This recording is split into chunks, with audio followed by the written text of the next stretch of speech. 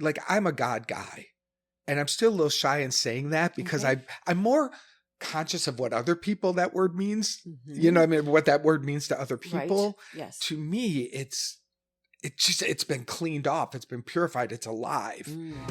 You're listening to the Spiritual Shitshow podcast with Suzanne Sole, episode 54. Hello, oh sparkling ones, and welcome to the Spiritual Shitshow podcast, where we get into the shit show the healing and spiritual awakening journey can be. I'm your host, Suzanne Sole, comedian, lifelong spiritual student, and I'm sharing some of the gems I've learned along my journey that have helped me and that I hope help you too. So I am so thrilled to be sharing an amazing two-part conversation with my very special guest and dear friend, New Thought minister, teacher, author, and gifted spiritual leader, Mark Anthony Lord. You may remember Mark from our conversation in the episode called Asking for a Friend, Why is Forgiveness So Fucking Hard with Rev. Mark Anthony Lord. And now Mark is back to share his own story and journey and shower us with some more of his amazeballs teachings. Mark is a spiritual teacher, mystic, and accomplished leader whose work bridges the gap between the practical and the mystical, and has been a significant part of my own spiritual and personal journey, guiding, challenging, and counseling me as I made my way along the path. Mark's journey has taken him from the arts as a professional dancer and choreographer into the heart of spiritual leadership. He holds a Master of Divinity and has spent decades helping people awaken their connection with the divine, heal inner wounds, and reclaim their worth. Ordained as a minister and trained in multiple spiritual traditions, Mark founded two thriving spiritual communities, the former Bodhi Spiritual Center in Chicago and Living the Course, a global virtual A Course in Miracles community, and continues to create transformational programs that blend metaphysics, mystical Christianity, quantum healing, and the ancient wisdom of the chakras. He is the author of The 7 Living Words, a metaphysical interpretation of the 7 last words of Jesus, and Thou Shalt Not Suffer, 7 Steps to a Life of Joy. In this episode, Mark shares his journey of struggling with fear and shame, and his journey through forgiveness and spiritual awakening, and what it actually means to grow and evolve while still being wildly, messily human. So let's dive in. Here's part 1 of my conversation with Mark Anthony Lord. Roll it. Mark Anthony Lord! Hi! I'm super glad to be here. I'm so glad you're here. Welcome to the Spiritual Shit Show interview shit show. Shit. So, Mark Anthony Lord, you are a minister, a New Thought minister. Yes. And you got your ministerial training from Dr. Michael Beckwith for when it was still Centers for Spiritual Living. Yes. And also Unity. Is that correct? I was Unity first. Yeah. And became a licensed Unity teacher and then didn't get into ministerial school. I was like 29 years old. You didn't pass the bar? They said I was too young. Oh, that's so cute. I know. And I was like, but I'm brilliant. That's right. I'm ready to go, guys. And let this be a lesson in life. I was devastated. And then I moved to LA, stayed with you and Yes. Nikki for a little Yes. bit. And then discovered my path opened up and it was 100 times better. Yeah. 100 times better. Dr. Michael Beckwith is an incredible teacher and minister himself. Well, the consciousness of that community is hard to find elsewhere. Tell me about that.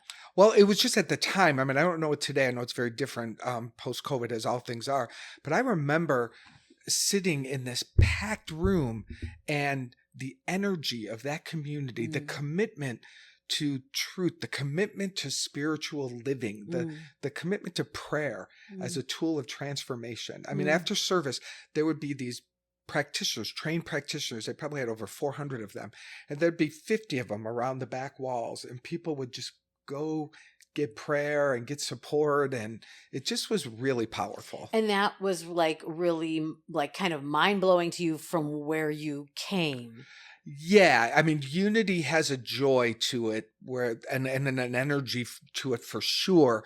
But they were singing from the hymnals. Yes, you know, what it's I mean, more it was traditional, a little more traditional. Yeah, and especially, I mean, more so where how you grew up in Catholicism. I mean, Absolutely. so I totally relate to that. Like the same for me when I experienced Centers for Spiritual Living, and Dr. Michael Beckwith was my first introduction to that. Right. It was like, this is what I've been thinking the whole time. Yeah. Did you have that same? Totally. And Yeah. also, it was, I mean, it's a mixed culture, but, founded in the Black culture. And, Black people, they do church. I love that. I do too. The work, they let themselves go beyond their yeah. comfort zone. Yeah. That's what I've discovered. Like if this is our world, Mm-hmm. our spirituality, our worship has got to bring us to here. Yeah. That's where the new energy is, Yes. and Catholic for me was stay in the Oh my box, God. stay in the box, Sleeping in pew shrink three. the box, Yeah. shrink the box. Smaller. Smaller. Yes, You're not exactly. small enough. Yeah. Yeah. I had that same experience. Yeah. And so what called you to even feel like I've been called to ministry? What was that experience for you? Well, I went to a 12-step treatment center at 24 years old. So you had I was an addict, a drug addict. drug and sex addict. Okay. And could not get healthy. Yeah. So went to a treatment center for 30 days. Very, very spiritual. Okay. Extremely spiritual. Yes. That cracked me open. So in the metaphysical sense of spiritual, like what we understand. in Yeah, this well, moment. the spirituality of the 12 steps. Oh gosh. Like, I mean, like the spine of it, yes, you know? Like, 100%. I mean, so profound. Changed and, my life. And these people did it. Yeah. Like it was, I have chills. Ugh. So that opened me up. And Yeah. that literally set me on a completely different path. And was there one moment where you were like, I want to be a minister? There was actually, Yeah. because I was doing a breathwork session. I was going to Unity of Chicago, and I met Mhm. this woman. She's a breathworker. What the hell is that? Right. And she said, well, come and do a session. And when I got there, I was like, what is it about? I was working as a dancer and choreographer. I was thinking of becoming a high school teacher or minister. Like I had these 3 ideas. So she goes and gets 3 balls, Oh my gosh. and she has me hold each one. This is the teacher. What do you love about it? What does it say to you? Put that down. Pull up the dancer choreographer. What do you love about it? What does it say to you? Put it down. Lift up the minister, and it had everything Oh, from the my teacher and the gosh. performer and the spirituality. It was all there. Set it down, then did the breath work. Yes. And it was boom. And like that day, I went home and started taking classes. Like it just, It was kind of, this woman presented you with this kind of confirmation yeah. that really just resonated with you in a major way. Never changed my mind. Never went back. Wow. This is over 30 years later. I have no other goal. I have no other mission. Mm. I mean, I got a lot of other shit messed up in my life. Well, don't we all? This one, Yeah. I just have never wavered. Yeah. You know, there was something Ram Dass said once that I really love. He goes, I have not lost any of my neuroses.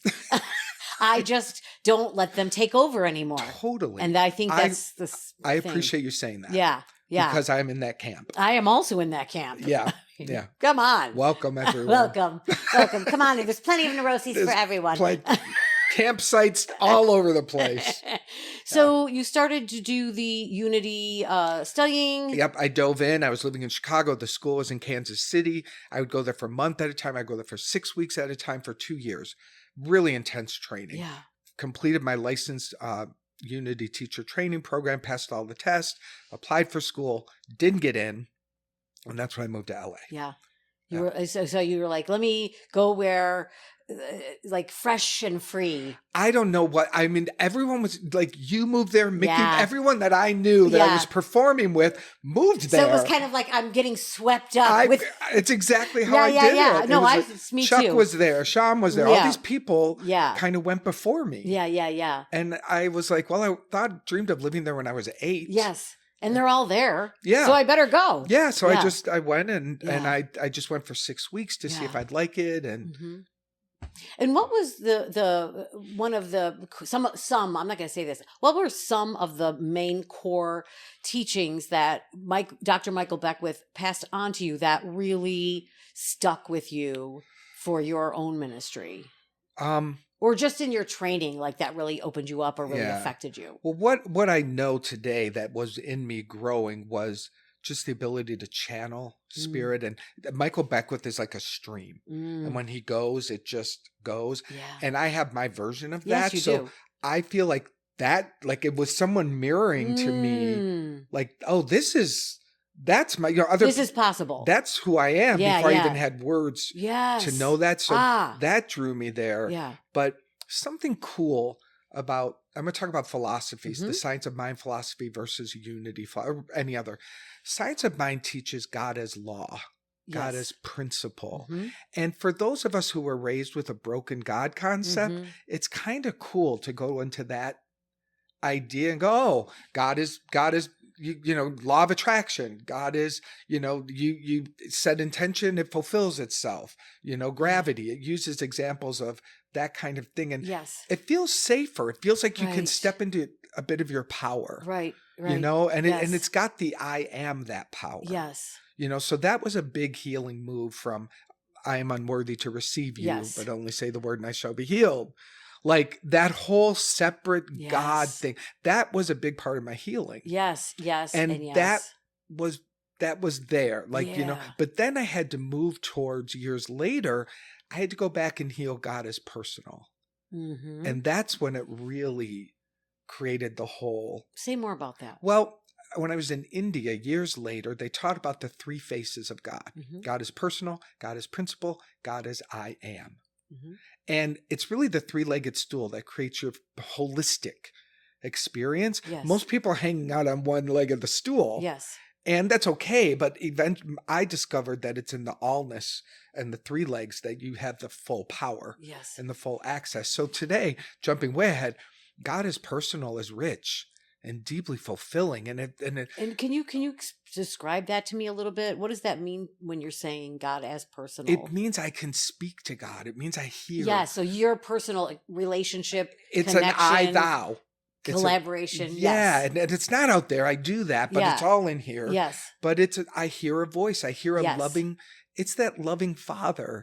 In the most capital F. You know, and loving mother and loving mentor, whatever. Like it's something that adores me. Yes. And growing up in a world where I didn't feel adored, I didn't feel loved, I didn't feel safe, that's healing. Please share about that. Yeah, my childhood was so bad. But it was the springboard for the spiritual life I have today. Like, for as hard as it was, I feel like I've received that and more. In gift and awakening and awareness. But growing up a little gay boy in the tri-Catholic world, blue collar, you know, 3 years old, you're like, oh shit, I can't be me. Right. And so at that young of an age, you start to pretend, fake it. Every single day. Every single day of my childhood. Having to lie, having to pretend. Being sexually abused at 6 years old by the neighbor guy. And I think being sexually abused my whole childhood, growing up in a culture that says I'm wrong. Right. To me, I mean, how do you quantify that kind of abuse? Yeah, absolutely. You know, so that whole childhood was really teeing me up for a lot of work. Let's put it that way. I feel like it does that. Like it pull the slingshot. There the farther back it goes, it's like. It went far back. I can imagine like just feeling like you can't, like, how do I present myself in a way where I won't be criticized or bullied or whatever your experience was. And like, I'm a God guy. And I'm still a little shy in saying that because I'm more conscious of what other people that word means. You know what I mean? What that word means to other people. To me, it's been cleaned off. It's been purified. It's alive. And to move from feeling hated and rejected by God, like in a traumatic, fearful, psychic, wounding way, to be on the other side of that and be absolutely certain the world could tell me I'm wrong. I'm like, got nothing here. That's right. So that healing Yeah. is what I think my life is about. Isn't that, like, when you think about it, just magical and extraordinary? At this point, it is. Yes. No, yes. That's what I mean. At Yeah. this point, like when you start from this really lost, painful, I don't know what I'm going to do. How am I going to get through this? How am I going to survive? How am I going to live this life? Yeah. To getting to this point where you are now, which is I am just completely at one with my Yeah. spiritual essence Yeah. and my relationship with the divine and with God. And I mean, it's And- extraordinary. And our neuroses cannot impede that. Yes. It's impossible Yes. for that to rue the day. Right. It takes hold of me Yes. at times, but Right. it never takes hold of my spirit. Yeah. Oh, or I my love soul. that. Yeah. Wow. You do a practice because for anyone that doesn't know, for anyone that doesn't know, Mark has been an incredible teacher to me. Oh, You've been an thank you. incredible teacher to me. And you've also counseled me when I was going through my difficult struggles and my feeling lost and questioning and everything. And your wisdom is just so incredible, and your insight and your ability to even when you were going through your own neuroses, your ability to tap into the truth and just be like completely certain of it has always been something I admire so very much. Well, you know why I'm comfortable with that? Yeah. Because I got this a long time ago. Like, you're a great singer. That doesn't have anything to do with how neurotic you are or anything. Like, it's just a gift. Thank you. You know what I mean? Thank You you. can be you can have all kinds of Right. crazy going Oh, on. yes. But when you step up to perform, the voice happens. Right. Oh, I love that. That's, oh my gosh. I have that gift in this area. So I can be as crazy as can be. But when it's time, Wow. you turn it on. I love the way you put things like that. So Yeah. another thing that I really recall in workshops that I've taken of yours, and something you do is you have people who, especially those of us who grew up in, as you described, very rigid, Yeah. very shaming versions of spirituality, quote unquote, religion, etc. And you have people fire their old God Yeah. and then put in an ad. Yeah. It's my favorite part of the new God. So Yeah. can you share about that a little bit? Yeah, I'm revamping some of that work, so it's love that you brought it back. Yeah. But I want to share a story Yes, first that of happened course. years earlier. My journey with healing my relationship with God has been here Yes. for years. Yes. And it's been this internal relationship of grappling. And one morning I was journaling, and I was living in Chicago and probably upset about some stupid dating thing, whatever. And I was just blah, blah, blah in my journal. And I was getting mad. Yes. And I was feeling victimized and Mm. blaming God. Mm. And I swear I heard God say, stop. Mm. And it's like the moment, and I wrote, stop. Is that what you said? And then a dialogue pursued. And God said to me, I want you to be mad at me for 3 days. 3 days, do not stop. Do not. And I wrote this all down. I was like, deal. And it was like, fuck you, God. Fuck you. Like the whole first day. I mean, I really Yes. let it rip Yes. and let it Yes. come out of me. Went to bed. Next day, it got a little harder. Yeah. Because the good little boy, the Yes. affirmations, Yes. which, Yes. and I swear to God, I I'm felt going to God. be punished. Yep. I felt God, nope. Be mad at me. Stay mad at me. Yes. This presence within me kept me mad to the end of the third day. Mhm. And I swear to you, I woke up on day 4 with this healing. Mm. This and you know what it was? It was like, God's here for me. Yes. God wants all of me. Yes. That was such a personal, amazing experience Yes. that I got God, Yes. and God loves me enough. Yes. So I go back to it. So then, so I would have people write a letter and just fire the God, release God, and write what God they're firing. Yes. Like the punishing God, the God Yes. that wasn't there for me when my parents divorced, the God that didn't show up for me when, get Yes. it on the page. Whatever idea Whatever or version idea. you have Yep. of God that's holding you hostage. Yeah, and it would end with you're fired, your services are no longer required. You'd have fun with it, Yes. no severance pay. That's right. You're out. You're out. Here's You're a non-disclosure. Exactly. And then they would hire, and then they would put an ad. They would write a want ad because that was sort of a creative way to say, what do you desire? What do you Yes. need, God? Because what I've discovered is, is God will be all that you need to be now and always more. Yeah. But some people, we start here, then it gets bigger. It's an evolution. I mean, how can you contain all that is indescribable? Right. So anytime we come up with a construct, it's already limited. Yes. But that's cool. Yeah. We got to do something. We got to do something. Yeah, and then it gets bigger and then it gets Yes. bigger. So that was a way. And people were so creative Yes. with the want ads. I mean, so creative. That is so fun. And I'd always push people. I'd be like, Yeah. make sure you get a lot of sex in there. Make sure, all the things that were so taboo. Yes. Yes. Yes. And it was great. Yes. And, yeah, yes. very simple. Yeah. And I just like, you are one of the people who opened up, the idea of how I could see God as well, in how specific you would get around things like that. Like, why is that not God? And why is that not God? And, and that has really impacted my understanding and allowed me to really, not limit myself when I was on my journey. And I would recall, things that you said and be like, oh yes, like, okay, that's not bad. There's nothing bad. Yeah. Yeah. And so, getting into the shit show. So what were some of the, biggest challenges that you had to move through in yourself when you were kind of on your healing and spiritual journey so that you could get to the point where either you opened yourself up to recovery, or once you were out of recovery and now there was nothing to run and numb?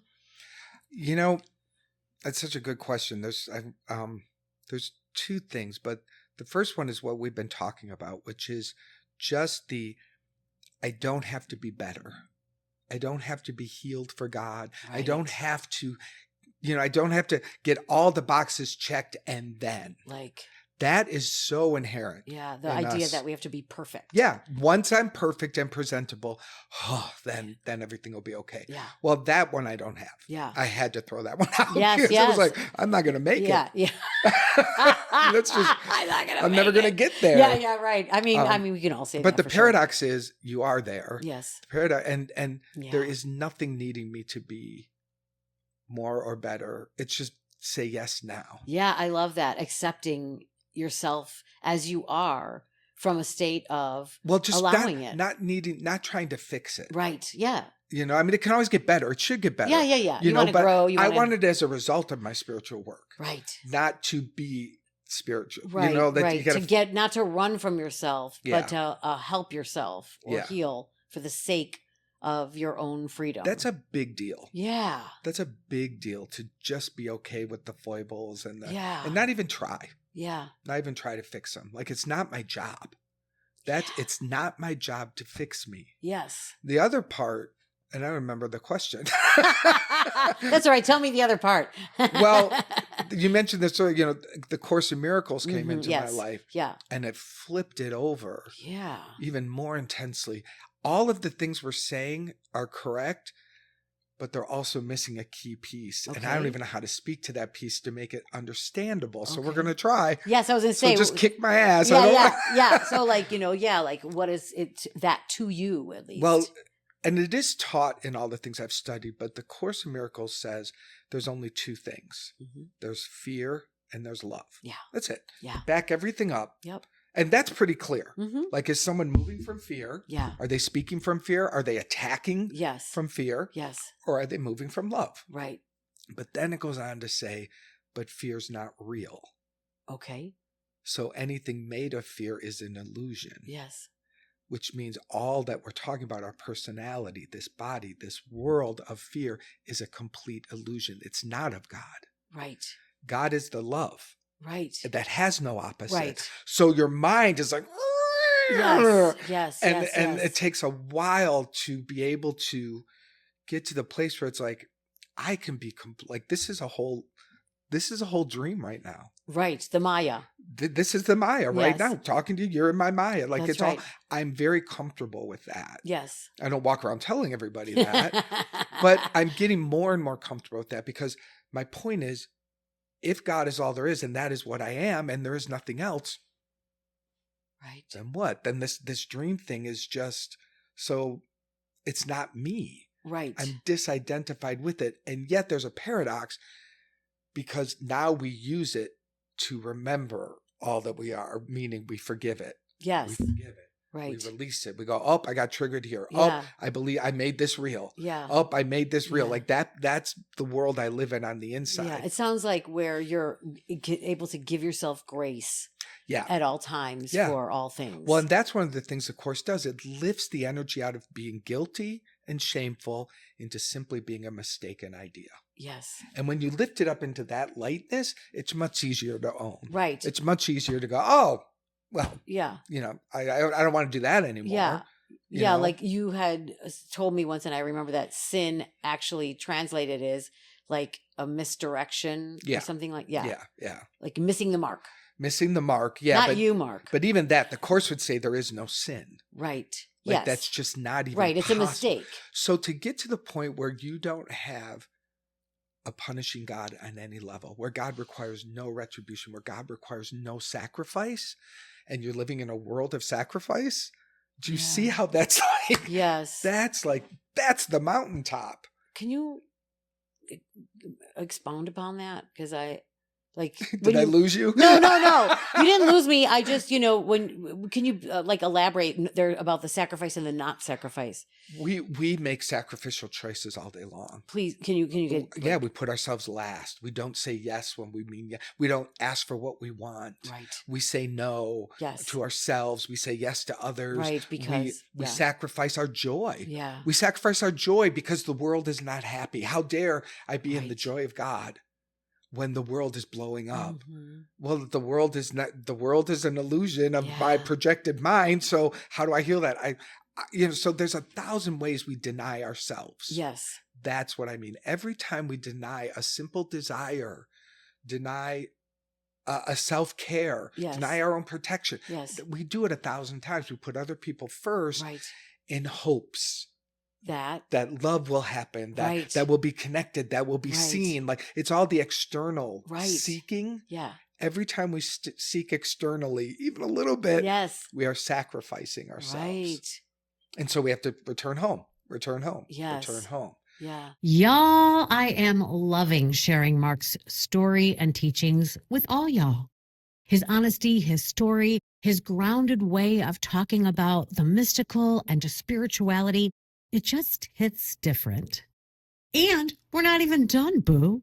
Make sure you come back for part 2, where we go even deeper into his personal journey with forgiveness, not just as a spiritual idea, but as part of spiritual practice. It's raw, it's real, and it's exactly the kind of medicine we all need. If you want to check out Mark's work, go to markanthonylord.me. Anyway, as always, this has been the Spiritual Shitshow podcast. My name is Suzanne Sole. Thank you so fucking much for listening, and I'll see you on the next one. Roll it, you gorgeous motherfucker.